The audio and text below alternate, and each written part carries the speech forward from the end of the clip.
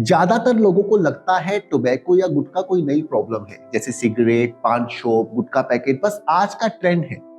लेकिन सच बताऊं, टोबैको की कहानी इंडिया में बहुत पुरानी है। करीब 400 साल पहले पोर्चुगीज ट्रेडर्स इसे सबसे पहले गोवा और गुजरात लेकर आए। अब सोचिए, उस टाइम पर एक नया क्रॉप, नया टेस्ट लोगों ने क्यूरियोसिटी से ट्राई किया।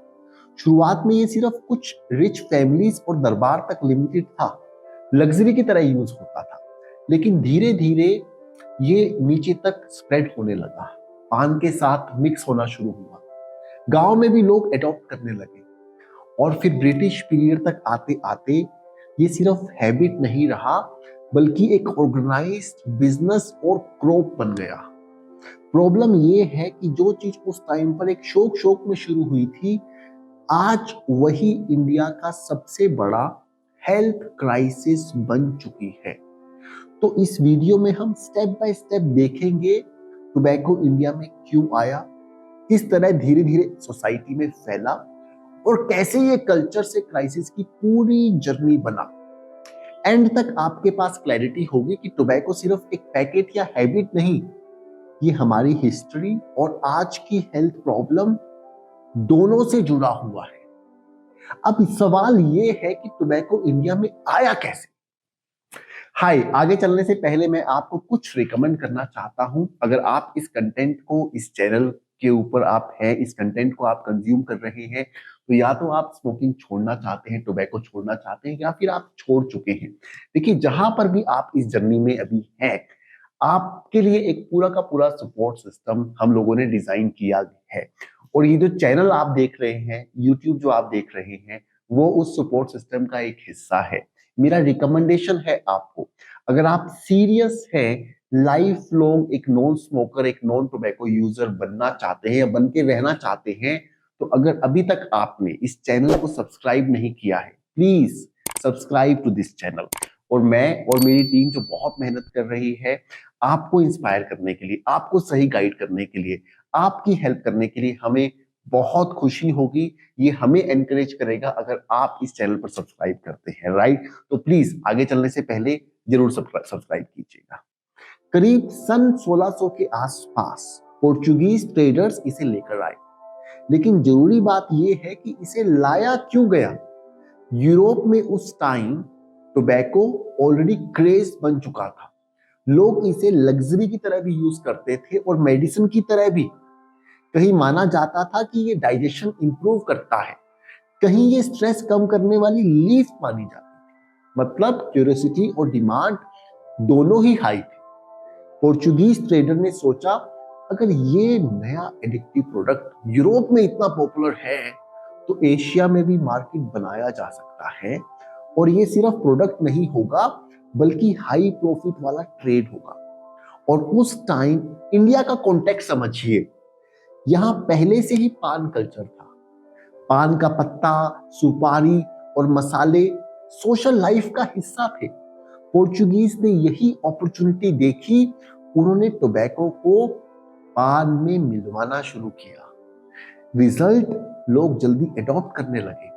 गोवा और गुजरात उनके कंट्रोल में थे। यही से इंडिया में पहली बार टोबैको एंटर हुआ। शुरुआत में ये सिर्फ एलिट्स और रिच लोगों तक लिमिटेड रहा, लग्जरी की तरह, जैसे आज कोई इंपोर्टेंट वाइन्स या सिगार स्टेटस सिंबल होती है। लेकिन इंटरेस्टिंग बात ये थी, पहली बार टेस्ट करने वालों को मिला इंस्टेंट किक, वो शॉर्ट टर्म हाई जिसने क्यूरियोसिटी को हैबिट में बदल दिया। तो जो चीज शुरुआत में क्यूरियोसिटी थी, वो कुछ ही सालों में एक ग्रोइंग हैबिट बन चुकी थी। और वहीं से टोबैको की जर्नी सोसाइटी के अंदर बहुत ही डीप स्प्रेड होनी शुरू हो गई थी। पोर्चुगीज ट्रेडर से टोबैको इंडिया में एंटर हो चुका था। शुरुआत में लग्जरी था, लेकिन मुगल पीरियड में इसने एक नई डायरेक्शन पकड़ी। मुगल का कल्चर बहुत रिच और डिवर्स था। उनके दरबार में हर तरह की चीजें इंट्रोड्यूस होती थी, नए फ्रूट्स, नए मसाले, नए ड्रिंक्स। इसी तरह टोबैको भी दरबार में पहुंचा। कुछ रिकॉर्ड्स बताते हैं कि अकबर के टाइम पर भी दरबारियों ने इसे शौक से ट्राई किया। कुछ लोग इसे रॉयल पास टाइम मानते थे। हुक्का उसी समय पॉपुलर होना शुरू हुआ। अब यहाँ पर एक जरूरी पॉइंट है, इंडिया में पहले से ही पान का कल्चर बहुत स्ट्रॉन्ग था। लोग पान के पत्ते में सुपारी, मसाले, चूना डालकर ऑलरेडी खा रहे थे। वो सोशल ट्रेडिशन था, मेहमान आए तो पान ऑफर करना, शादी ब्याह में पान सर्व करना। जब टोबैको पान में मिक्स होने लगा तो उसका एडॉप्शन बहुत तेज हो गया, क्योंकि लोग ऑलरेडी उस हैबिट से फेमिलियर थे। बस अब उसमें नया किक जुड़ गया। शहरों में एलीट लोग हुक्का और पान के साथ टोबैको एंजॉय करने लगे। गांव में लोग साधारण तरीके से पान में मिलाकर यूज करने लगे। धीरे धीरे ये सिर्फ एक रॉयल लग्जरी नहीं रहा, कि बाजार, गांव और हर लेवल तक पहुंचने लगा। मतलब मुगल पीरियड के आते आते टोबैको इंडिया में सिर्फ एक इंपॉर्टेंट चीज नहीं रहा, ये कल्चर का हिस्सा बन चुका था। मुगल पीरियड में टोबैको दरबार से निकलकर सोसाइटी में एंट्री कर चुका था। लेकिन असली बदलाव तब आया जब ये हमारी रोज की आदत और ट्रेडिशंस का हिस्सा बनने लगा। सोचिए, उस टाइम पर शादी ब्याह में पान सर्व करना नॉर्मल था। मेहमान आए तो पान देना, फेस्टिवल्स या रिलीजियस इवेंट में पान ऑफर करना, ये सब सोसाइटी का कल्चर था और अभी भी चल रहा है। अब जब उसी पान में टोबैको आने लगा तो लोगों ने इसे अलग से अडॉप्ट करने की जरूरत ही नहीं समझी। उनके लिए बस इतना फर्क था, पान तो हम पहले से खाते हैं, अब उसमें थोड़ी नई चीज आ गई है। फिर आया पान शॉप कल्चर। बाजार में छोटे छोटे पान शॉप्स लगने लगे, और ये शॉप सिर्फ च्यूइंग की जगह नहीं थी, ये सोशल हब बन गई। लोग वहां मिलते, बात करते और साथ में टोबैको वाला पान भी खा लेते। धीरे धीरे ये इतना नॉर्मल हो गया कि किसी को लगा ही नहीं कि टोबैको कोई अलग या डेंजरस चीज है। चाहे गांव हो या शहर, गरीब हो या अमीर, हर जगह ये एक्सेप्ट हो गया। मतलब जो चीज पोर्टुगल से एक क्रॉप बनकर आई थी, वो अब इंडियन सोशल कल्चर का हिस्सा बन चुकी थी। लेकिन अब पिक्चर बदलने वाली थी। अब ब्रिटिशर्स ने इंडिया में कंट्रोल लेना शुरू किया, तो उन्होंने टोबैको को सिर्फ एक आदत की तरह नहीं देखा। उनकी नजर इसमें एक बड़ा पैसा कमाने का तरीका था। उन्होंने सोचा, लोग पहले से यूज कर रहे हैं, तो क्यों ना इसे बड़े स्केल पर उगवाया जाए, टैक्स लिया जाए और प्रॉफिट निकाला जाए।